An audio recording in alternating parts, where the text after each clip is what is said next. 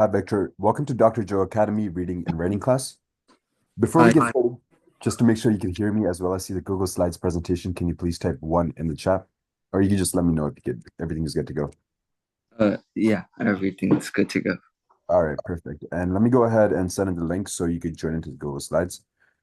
I didn't get a chance to find out exactly what book you're focusing on. So in general, the lesson doesn't exactly address the book, but we'll give it a try. We do have a different activity that we're looking at for the second half of class, but we'll see how everything goes. Okay, let me go ahead and send in the link. All right, so this link will give you access to the Google Slides. For the rest of the lesson, you can either send your responses in through the chat or you can write directly onto the Google Slides itself. So the goal today is going to be to compose 10 questions based on the book you are reading. We're going to have an 20. yeah, go ahead. Uh, uh, I thought it was 20, so I made 20. Okay, perfect. So you're already done. Okay, that's great. I thought you didn't get the chance to work on it yet. So honestly, I was gonna have you work on it during class. That's why I only made it 10. But Oh, okay, yeah, that's I perfect. finished it. Okay, yeah, that's great. Okay, then we'll take that up after. I'm just going to quickly go through this lesson. This lesson in general goes through how to write a bug report, and then it goes into the importance of crafting questions and different types of questions. But in the meantime, if you can send the questions into the chat or paste it onto, It's a Google form. I can invite you, I think. okay, yeah, that would be great. Okay, let me just send my email into the chat over here. And you can just invite me, and then I'll look at that after the lesson. Also, it's Pardon me? uh, shit. I'm not exactly sure, but like this is my first time using Google Forms. Should I just like send you like with a link or send it to your email? No, no, if you could send me the link into the chat, I think that would be fine. Okay. Right. So in the meantime, I'm just going to get started with this lesson. How to write a book report. Writing a book report can be a daunting task, but it doesn't have to be. In essence, a book report is a summary of a book's content, structure, and analysis. It is a way for you to demonstrate your understanding of the book and its themes. A well-written book report can showcase your attention to detail, comprehension, and critical thinking skills. So a book report, as mentioned, is a summary of a book's content and your analysis of it. It includes an introduction, plot summary, analysis, and conclusion.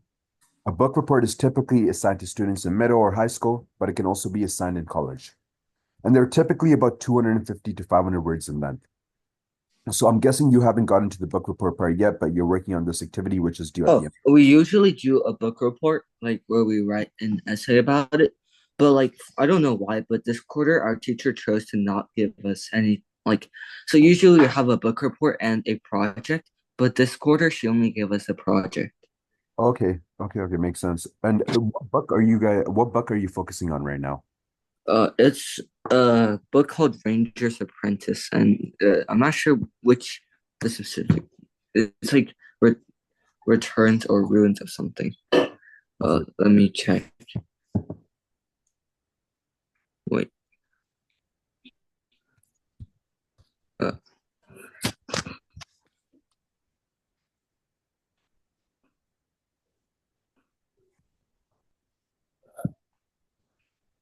it's called The Ruins of Gorlan. Okay. Let me just have this public. By the way, our teacher assigned us the books. So, Okay, I got you. The ruins. Okay, and yeah, I see the book over here. All right. Okay, so this will be helpful when I go through the questions, but let me just continue on with this part of the lesson. So what is the purpose of a book report? The purpose of a book report is to demonstrate your understanding of the book and its themes. It is a way for you to practice critical thinking skills and develop your writing ability. Additionally, a book report can help a teacher assess a student's reading comprehension and analytical abilities. In general, these are the elements of a book report, and I'm guessing you have written multiple book reports before, but the introduction, followed by the plot summary, and then the analysis. The analysis would be the most important portion of the book report, or the most difficult to write as well. Here, you would take an opportunity to explore the themes, symbolism, and literary devices that you find in your novel. This section, and then you move on to the conclusion, and this section should summarize your thoughts on the book and its relevance. So in general, These are the main tips when it comes to writing a book report. When reading the book, make sure you're taking note of the significant plot lines, characters, themes, and tones. It's important to read the book carefully to identify these things. As you read, take notes on the plot, characters, and themes. This will help you organize your thoughts and keep track of important information. Create an outline. Use your notes to create an outline for your book report. This will help you stay organized and ensure that you cover all the major points. The introduction should include the book's title, its author, and any other relevant information. It should also include a thesis statement that summarizes your overall opinion of the book. The plot summary should provide a brief summary of the book's plot, including the main characters, setting, and conflict. Be sure to include any major plot twists or events that affect the story. When it comes to writing the analysis explores your insights into the book, including its themes, symbolism, and any other literary devices. So you want to focus on these keywords: themes, symbolism, and literary devices, because these are the tools the author is using to present the main message behind the book or the main ideas behind the book.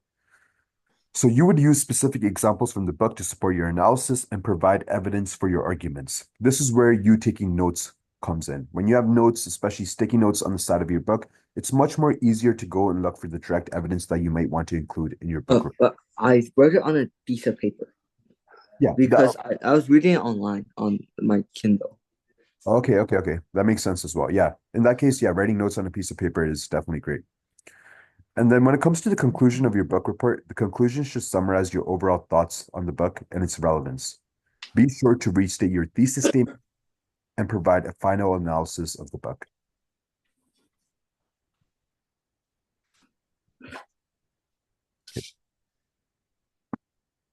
When writing a book report, it's important to keep a few things in mind. First, avoid repetition by adding a new perspective about the book. Second, be concise and keep your analysis focused on the content your readers are looking for. Third, support your claims and positions with insights from the book and provide evidence for your argument. Remember, there are no firm requirements for what should be included in the book, included in a book report. However, it's important to pay attention to elements with specific formatting rules.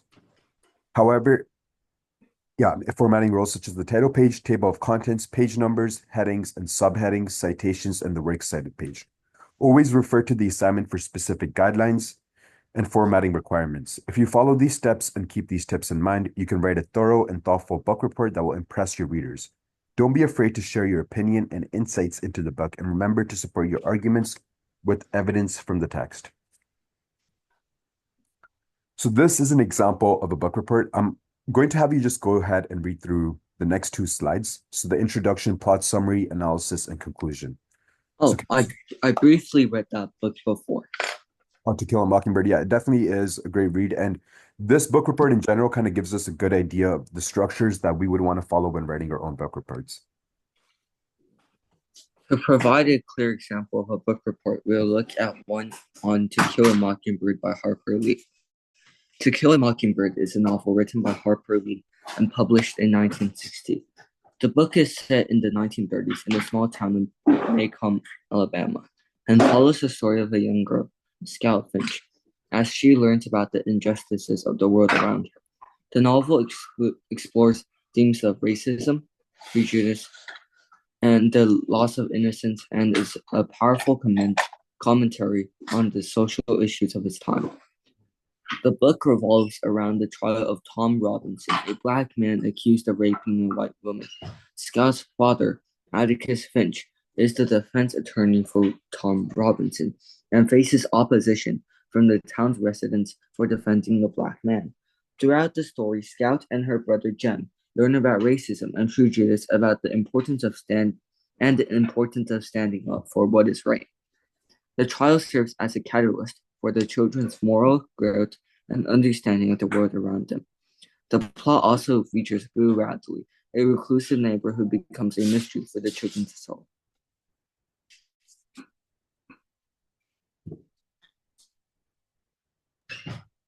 Okay, and can you go ahead and read this slide as well? To Kill a Mock... Wait, that's what Never. To Kill a Mockingbird is a powerful commentary on racism and injustice in America. The book highlights the importance of empathy and understanding and shows the devastating effects of prejudice. The characters in the book, especially Atticus Finch, serves as an example of how to stand up for what is right, even in the face of opposition. To Kill a Mockingbird is more than just a story. It is a window into a time and a place that many of us had never experienced firsthand. It is a reminder that racism and prejudice still exists today, and it challenges people to examine their own biases and beliefs. The book's themes of justice, equality, and empathy are as relevant today as they were in the book was first published. To Kill a Mockingbird is a timeless classic that will continue to resonate with readers for generations to come.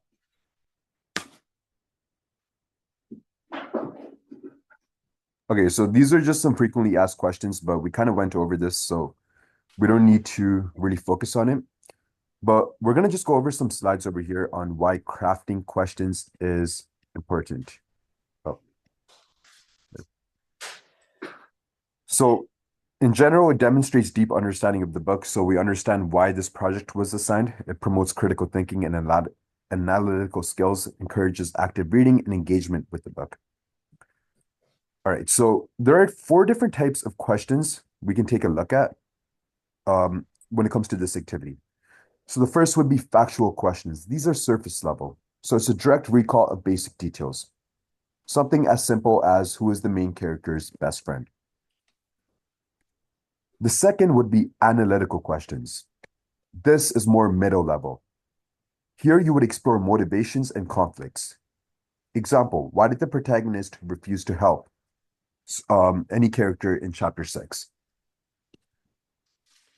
Third is interpretive questions. This is more high level. Here you would examine symbols, themes, and figurative language. For example, how does the storm symbolize the character's emotional state? And the final would be evaluative questions. Here you are thinking on a critical level. You invite judgment and you try to make real-world connections.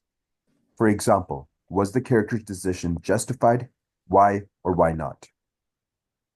So most likely over here, you wouldn't really get into the critical level because the questions are supposed to be either short answer or multiple choice. And critical Yeah. level questions would require you to expand on the answer. But in terms of these 3, you can definitely have a mix of all 3 types of questions. I think I mostly had factual questions and the middle level. I think I don't have anything high level.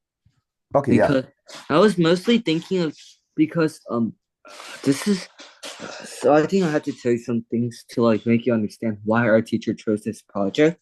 Yeah. So like each year during March, um our teacher our library teacher hosts this event for the middle schoolers where basically they do you know like in like some schools they have this class called advisory like Not too sure. I don't think I've heard of that before. okay, so basically it's just a class with a mix of 6th, 7th, and 8th graders. And then in your like class of 6th, 7th, 8th graders, you guys compete by reading the books that the librarian assigns, and then you answer the questions. Our teacher wants us to make this quiz to help our like the other students that like better understand what they don't know and what they do know about the books. Like so like the questions I'm trying to like make are based on what I remember from last year, like similar from. Okay. That makes sense. So, based off what you remember from last year, do you remember seeing any higher level questions, or were they more surface level and middle level? They were more surface level, but they had a lot of details, Okay. like very detailed questions, and some middle level questions, I guess. Actually, as like, because when you get one wrong, I think you are just eliminated or something, and then like the less people there is, I think the questions gets harder. Like, Oh, okay. Okay. That makes sense. All right. I was just trying to access your Google Forms, but it says that can only be viewed by users in the owner's organization. Is it possible for you to add permission. I think if you invite me or add permission, I should be able to Oh, add it. I think it's because this is like from my school account, but like Oh, I'll okay. try to Okay. settings. Just,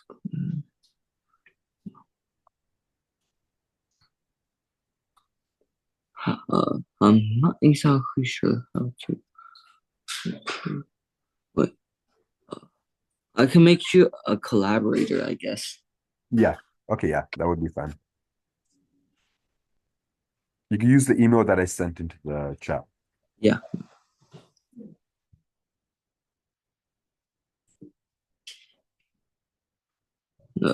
That's kind of long.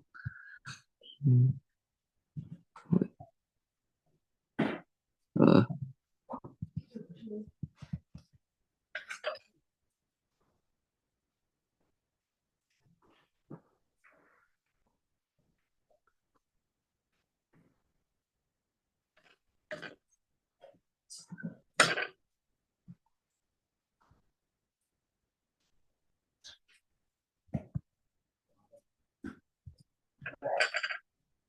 I think that's you. I'm not sure if this is you.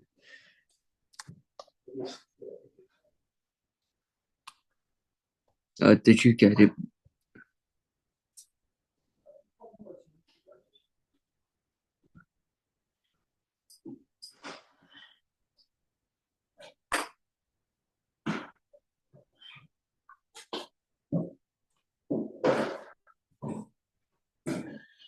Uh, Let me check.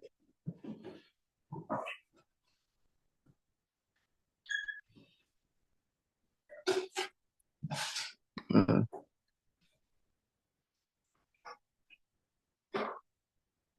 oh, you got it.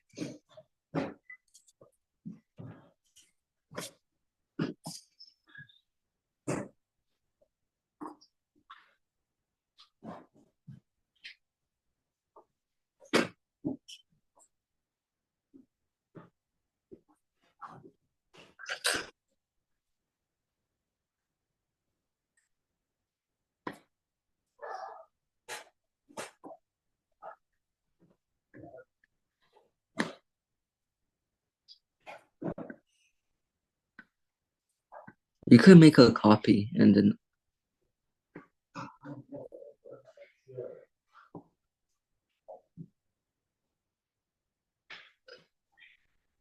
wait.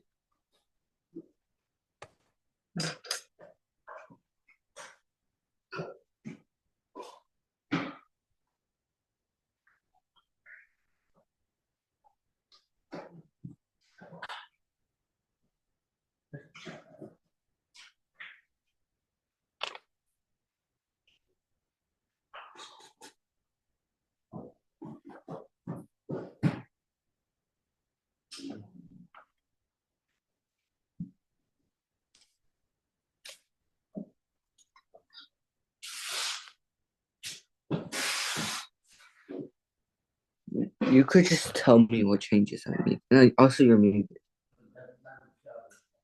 Oh, sorry. Okay, okay, thanks for letting me know. Yeah, no, I was just going through and I'm just comparing this side by side with the rubric to see what changes I would make.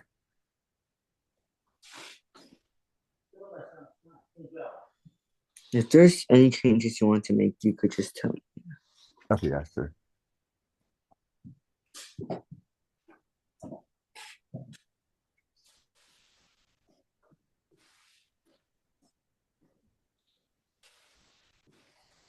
All right. Maybe I could just get some suggestions over here. Just give me 1 second, and then I'll just bring a list of some questions that I think might be a little bit of a better replacement as well.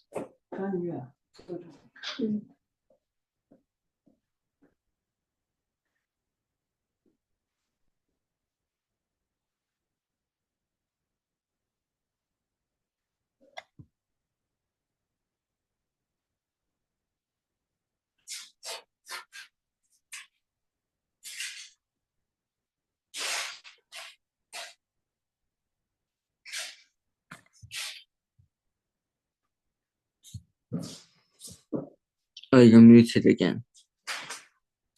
Oh, sorry. Okay. Um,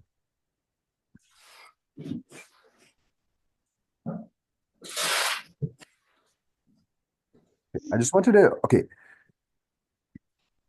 Victor, can you go ahead and start reading through these questions? And we're going to see which ones we're going to replace on behalf of the questions you already have. So can you go through and start reading through factual questions, followed by plot and conflict questions? Who is the protagonist of The Ruin of Gorlan? What is the name of Will's mentor in the Rangers? What does Will hope to be chosen for at the choosing day ceremony? Who is Holt's former apprentice that becomes a traitor? What is the name of the kingdom where the story takes place? Uh,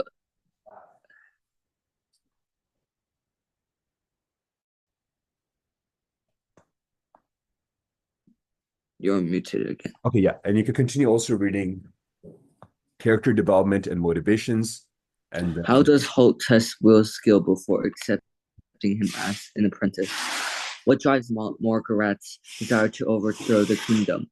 How does Horace's training in battle school shape his character?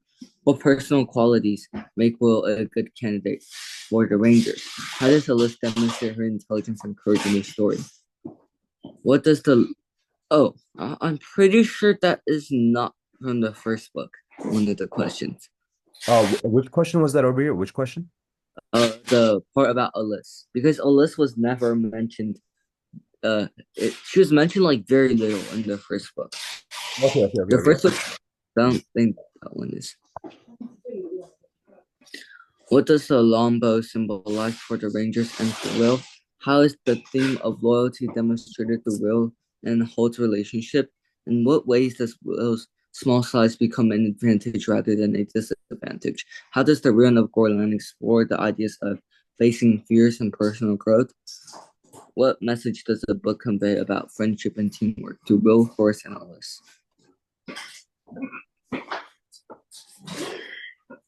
Okay, great. So these questions, some of them, as we can see, are a little bit more complex. Even if we look at the surface level questions, we do see a little bit more detail incorporated. So I would replace certain of these questions, especially starting off in the start, who is Martin? A question like that can be replaced with something that is simple as who's the protagonist of the Ruin of Gorlan. So it's much. But he's not the protagonist. Okay, yeah. But even then, I would suggest having a more detailed question than who is Martin. So like I haven't read the book, so it's really going to be difficult for me to kind of know everything. But I wanted to like put this guy because he's a really small character. He said like 2 sentences in the entire book, so it'd be good for people to know that for like the testing. Okay. That makes sense. All right.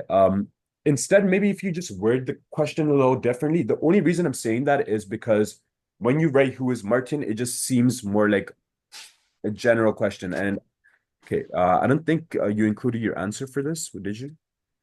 Oh, I did. You have to double tap, I think. Okay. Oh yeah, Martin is a shouter and also secretary of Baron Harold. All right, so questions like that, maybe you could suggest changing, but I was also thinking what age, maybe for one or two of them, instead of having 2 questions similar to the age factor, you can replace them with one of the questions from over here.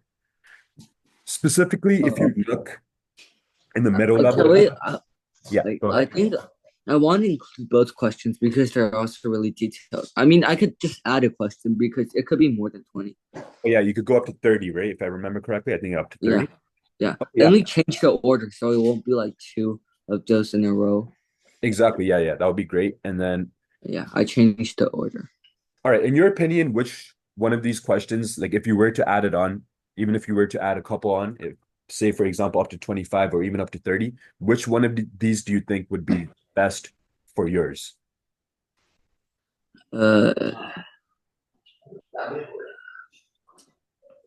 I wrote one of them. I see. I kind of.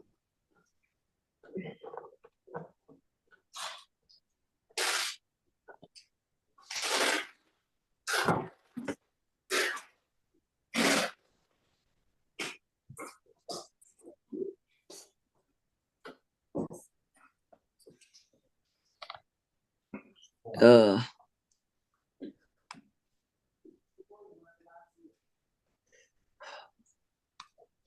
I'll choose like the one about like the him being like the what does what is the actually no, I can't do that one. That one is already kind of. Oh, who is holds formal? Uh, I'm not exactly sure. For like the fourth question that I says who is Holt's former apprentice that becomes a traitor? I think that might be in the later books. Um, okay, Who okay. is? I was kind of confused because they did mention one of his former apprentices, but he never became a traitor. Wait, let me see. Maybe I missed this part. Like honestly, like since I haven't read the book, like I'm just going based off the information that I'm finding Yeah, on. I also have to search this up because this might be in the later books. Yeah.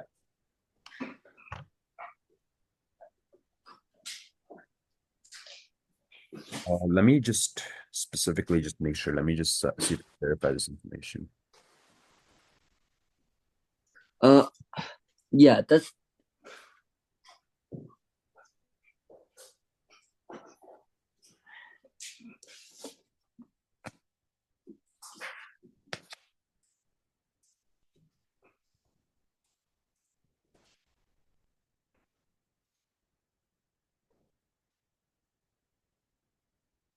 Oh, wait.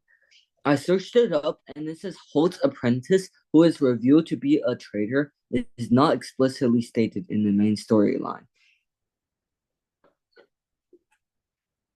But there's no confirmed apprentice traitor. I don't know. Okay. I'm sorry, you were just kind of cutting out there. Can you please repeat yourself? Oh, I found online that like the book never directly states who that traitor is. Okay. Okay. Let me just make sure.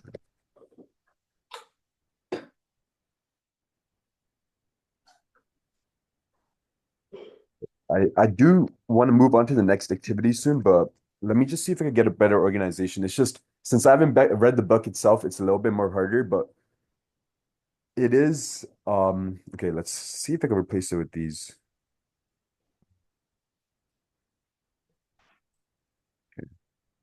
Okay. All right.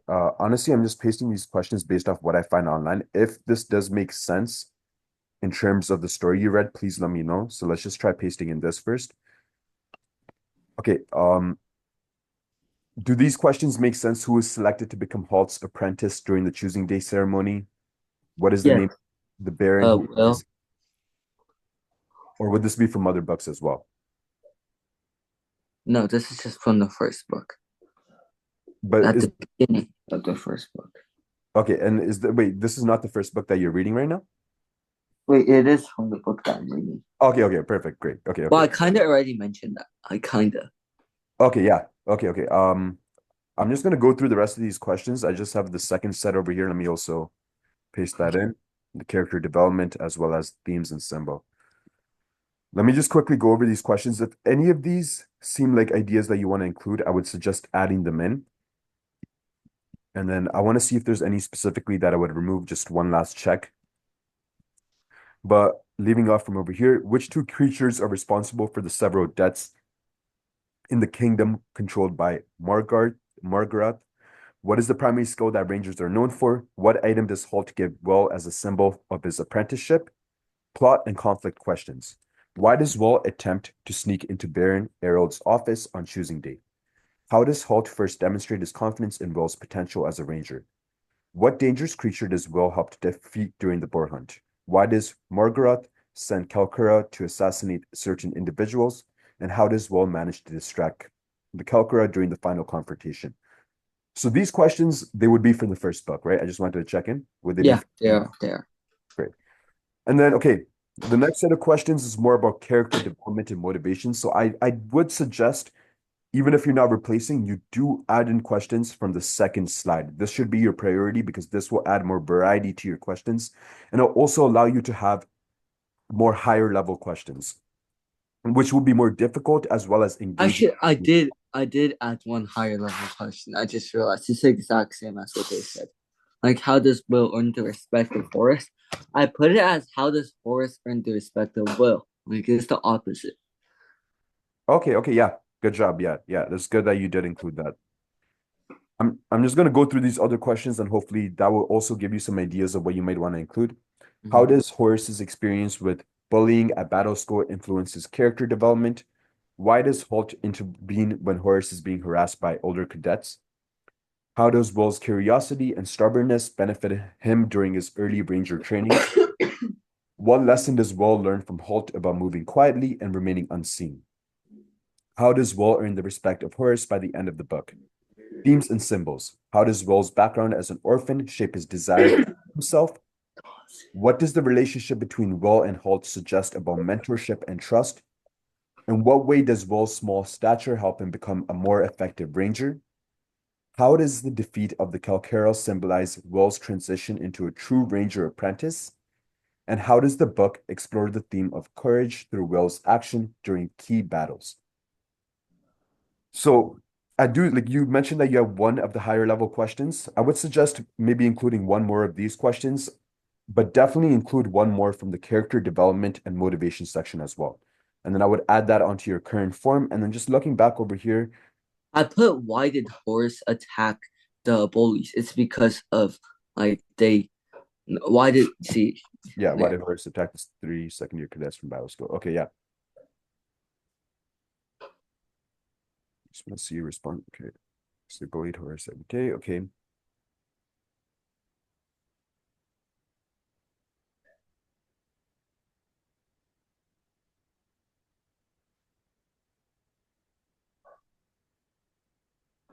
Okay, that's great. So I do see like those questions are definitely a little bit more towards the higher level side, but when we ask questions that start with the word how, why is definitely a good starter as well. So it's much more complicated than questions like what, when, who, which, because that's more of like this is the right answer and that is it. But when you're asking why, you're asked to explain. So it's a little bit more complex. But when you're asking how, it's even more complicated. And that's really what we're looking for. So the questions that start with how are the questions that you might want to replace certain questions with. So how does Horace's experience with bullying at battle school influence his character development? Questions like that will be intriguing for the audience to answer. But I wouldn't really remove any of the questions over here. It's just if you were to add one or two questions from the second slide, I think it would be perfect. But other than that, yeah, the questions are okay. I did check over everything, so everything is good in terms of your questions, but I would take these suggestions and see if you can replace or maybe add on more questions. Okay. Okay. And Victor, in general, do you have any questions about anything we went over so far? No. All right, okay, I'm just going to remove this feedback slide. All right, the next part of the lesson is we're going to be taking a look at this TED Talk. I'm just going to quickly send this into the chat, and then let me just get this pulled up right now as soon as possible, because we only have about 20 more minutes left in class. I think the TED Talk itself is about 10 minutes, and then we'll move on to the questions. The first question is Carol Dweck discusses the concept of a growth mindset versus a fixed mindset. How can adopting a growth mindset impact a student's approach to learning and their academic success? Can you think of any real life examples where individuals' mindsets have influenced their achievements or failures? You would be asked to use examples from the TED Talk, which is exactly why I went over the question first. There was supposed to be a second question too, but we didn't get the chance to get to that. Most likely I'll sign up for homework. I'll go over that at the end of class. So let me just share the screen. Okay. And yeah, this should just be about 10 minutes, so we'll get through this quickly and jump into the question.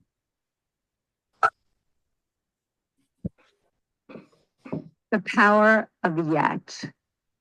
I heard about a high school in Chicago where students had to pass a certain number of courses to graduate. And if they didn't pass a course, they got the grade not yet. And I thought that was fantastic because if you get a failing grade, you think, I'm nothing, I'm nowhere. But if you get the grade not yet, you understand that you're on a learning curve. It gives you a path into the future.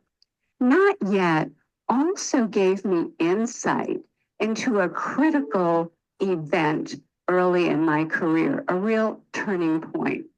I wanted to see how children coped with challenge and difficulty.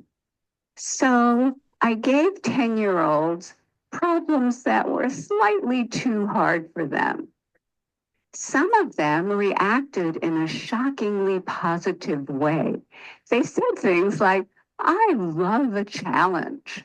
Or, I was hoping this would be informative. They understood that their abilities could be developed. They had what I call a growth mindset. But other students felt it was tragic, catastrophic. From their more fixed mindset perspective, their intelligence had been up for judgment and they failed. Instead of luxuriating in the power of yet, they were gripped in the tyranny of now. So what do they do next? I'll tell you what they do next. In one study, they told us they would probably cheat the next time instead of studying more if they failed a test. In another study, after a failure, they looked for someone who did worse than they did so they could feel really.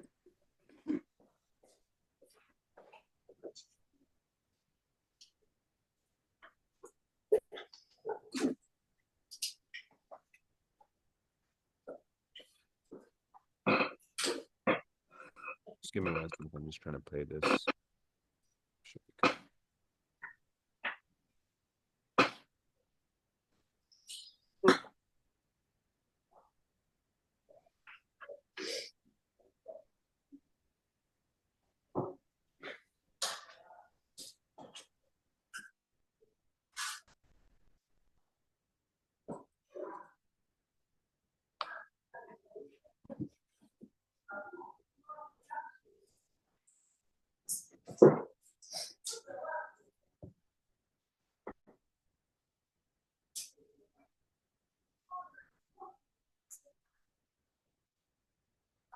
Electrical activity from the brain as students confronted an error.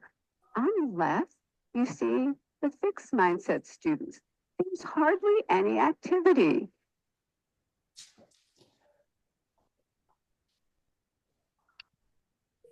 They run from the error.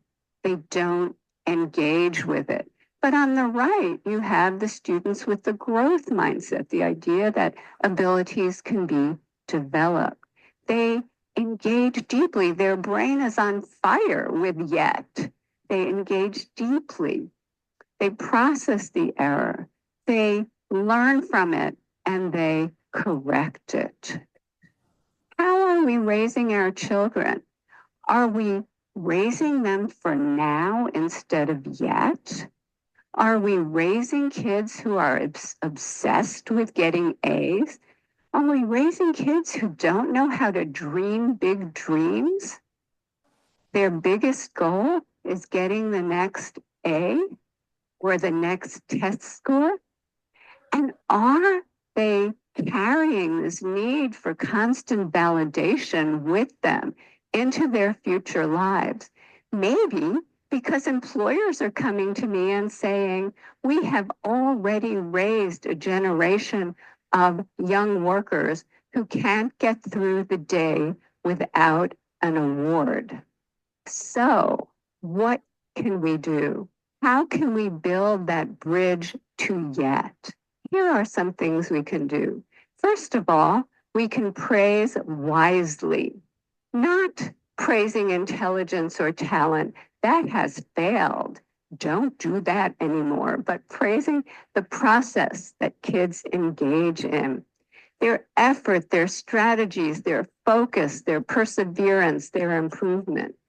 This process praise creates kids who are hardy and resilient. There are other ways to reward yet. We recently teamed up with game scientists from the University of Washington to create a new online math game that rewarded yet. In this game, students were rewarded for effort, strategy, and progress. The usual math game rewards you for getting answers right now, but this game rewarded process. And we got more effort, more strategies, more engagement over longer periods of time, and more perseverance when they hit really, really hard problems. Just the words yet or not yet, we're finding, give kids greater confidence, give them a path into the future that creates greater persistence. And we can actually change students' mindsets.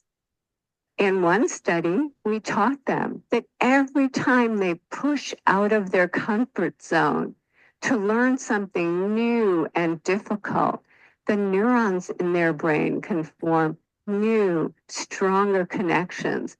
And over time, they can get smarter. Look what happened. In this study, students who were not taught this growth mindset continued to show declining grades over this difficult school transition. But those who were taught this lesson showed a sharp rebound in their grades. We have shown this now, this kind of improvement with thousands and thousands of kids, especially struggling students. So let's talk about equality. In our country, there are groups of students who chronically underperform. For example, children in inner cities or children on Native American reservations.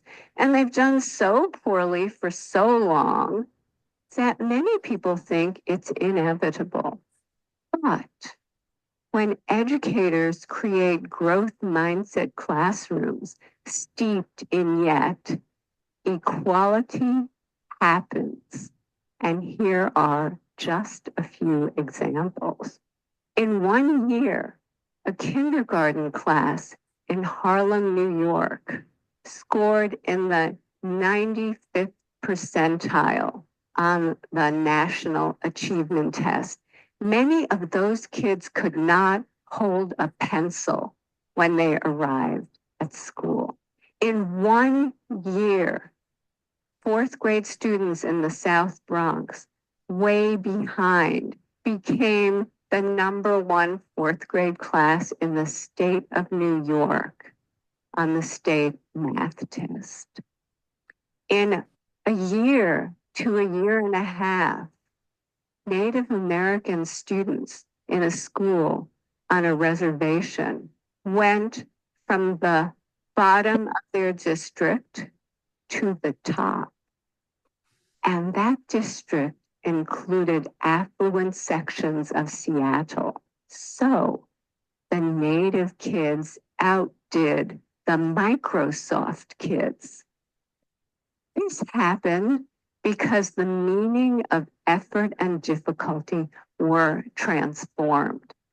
Before, effort and difficulty made them feel dumb, made them feel like giving up. But now, effort and difficulty, that's when their neurons are making new connections, stronger connections. That's when they're getting smarter. I received a letter recently from a 13-year-old boy. He said, "Dear Professor Dweck, I appreciate that your writing is based on solid scientific research, and that's why I decided to put it into practice. I put more effort into my schoolwork, into my relationship with my family, and into my relationship with kids at school. And I experienced great improvement in all of those areas. I now realize I've wasted most of my life. Let's not waste any more lives, because once we know that abilities are capable of such growth, it becomes a basic human right for children, all children, to live in places that create that growth, to live in places filled with yet. Thank you. All right. Okay. So this will bring us back into the question. All right. So as already introduced, I'm just going to go over it again. Carol discusses the concept of a growth mindset versus a fixed mindset. How can adopting a growth mindset impact a student's approach to learning and their academic success? Can you think of any real life examples where individuals' mindsets have influenced their achievements or failures? We'll work on this activity for about 10 minutes. I mean, class started around 7:45, so we'll finish it off at 8:45. It'll give us enough time to take it up. So we'll take up this activity at 8:42, giving you exactly about 10 minutes to work on it. Before we get started, Victor, do you have any questions? How long should this be? Like, how long should what I would be? suggest your response should be about 5 sentences. Okay.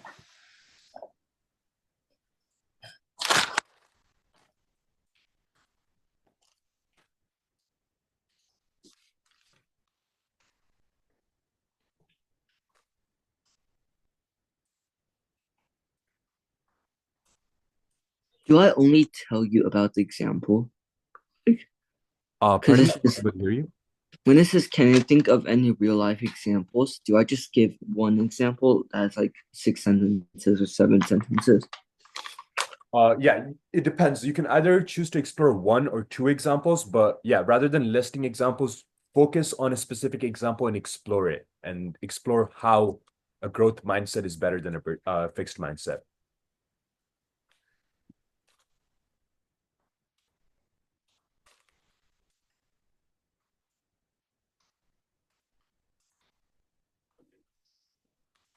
What are you doing?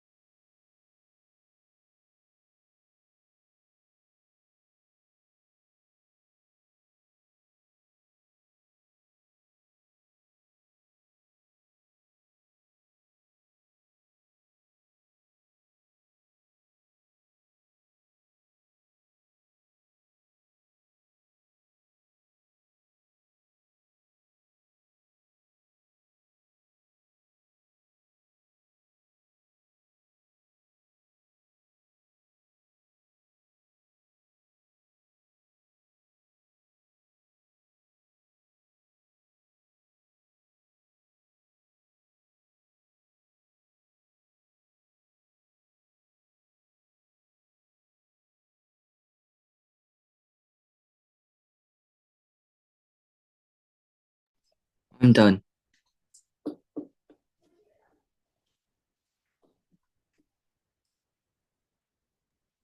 Okay, great. Can you send in your response into the chat or paste it onto the slide? So right under 24.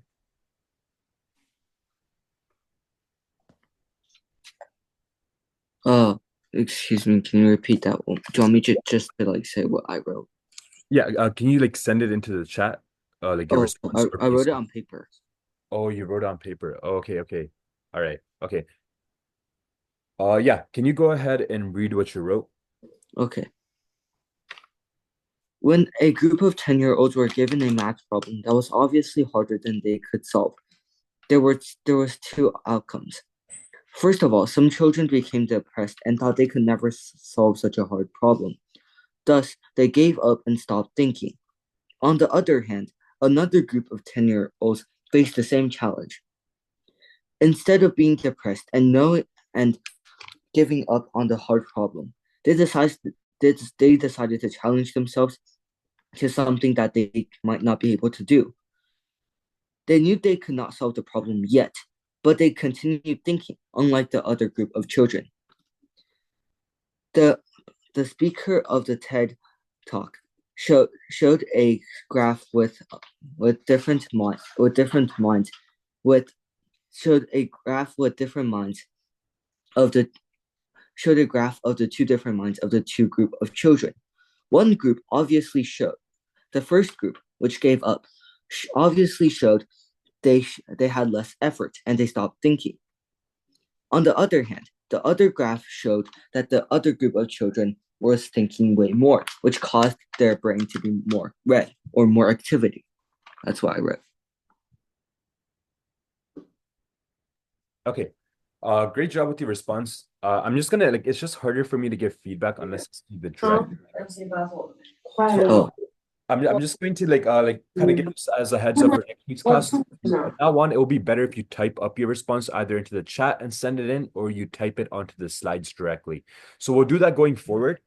But in the meantime, let me just quickly go over the homework and the writing assignment because we are close to 8, or yeah, it is already 8:45.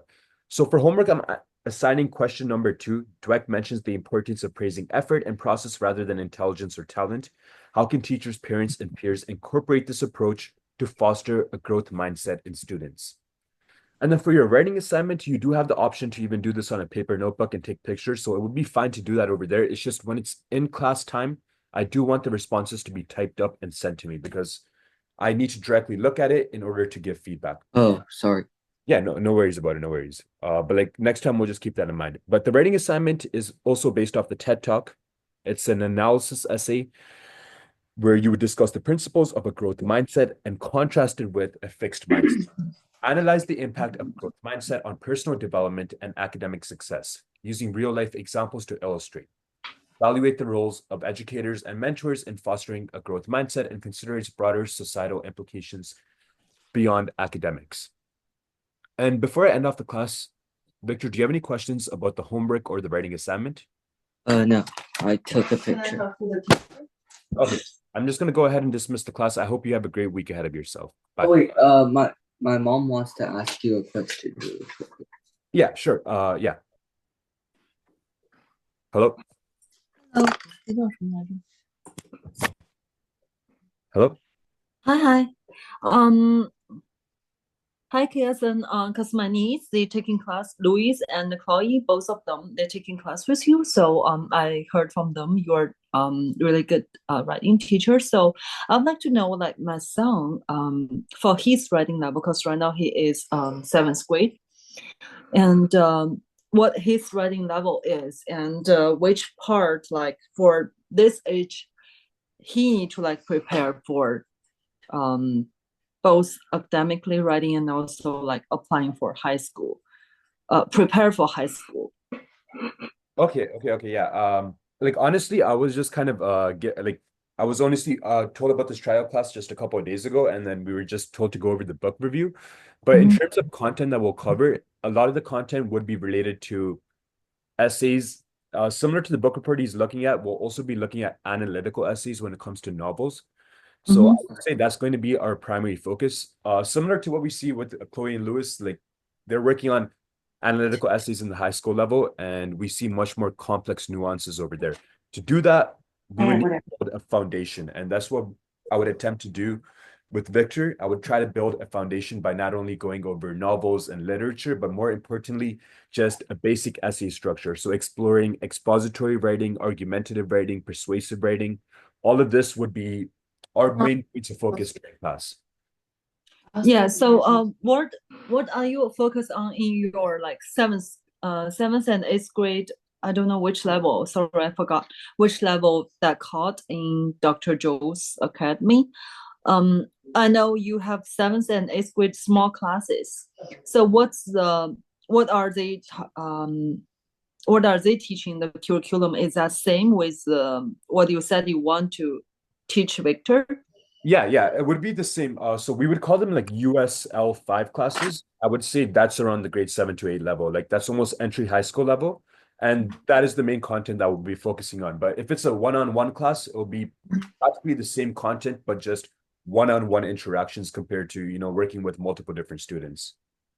Got you. So you recommend one-on-one for Victor or what? Yeah, I think one-on-one would be great. Another thing I would definitely Victor did write his response today on a paper notebook. So if we could just work on typing out the responses onto the slides or even onto Google Docs, that'll be much easier for me to get feedback. But yeah, I would definitely recommend a one-on-one class. I think that would be the best way to improve all types of writing and focus on everything when it comes to English. Okay, got you. So if you have one-on-one class, you will give him the writing assignment each class, right? And then for the next class, you're gonna like give him some feedback for that, right? Yeah, exactly. And the way I usually prefer to do it is if I'm able to get the assignment sent to me through email before the next week's class, then I could come prepared with feedback already. We wouldn't have to take it up and go through all the process. Instead, I could just give the feedback and then we could jump into the next lesson and start off with the new assignment for the week. Got you. So if Victor and Emily, I also have a younger daughter, if both of them they take class with you, is the price gonna be same or different? Honestly, I have no idea when it comes to the pricing. I'm just here to just teach, honestly. Yeah. Got you. I'm gonna ask the other teacher. Yeah. All right. Thank you so much. And he gonna give you the assignment later, and you can check about that, and maybe you can write a feedback so I can have idea like how his writing level is and how far he can meet the goal. Okay, great. Yeah, you could keep all communication with the team, and I think he has my email as well. So even if he's done the essay, he can send it to me by email, and then I'll just give it back with Once feedback. you're done, you send the essay to your teacher. Okay, you have your teacher's email, right? Right. Yes. Okay. Sounds perfect. Thank you so much. Appreciate that. All right, great. Have a great day. Okay. You too. Thank you. Bye-bye. Bye. Email is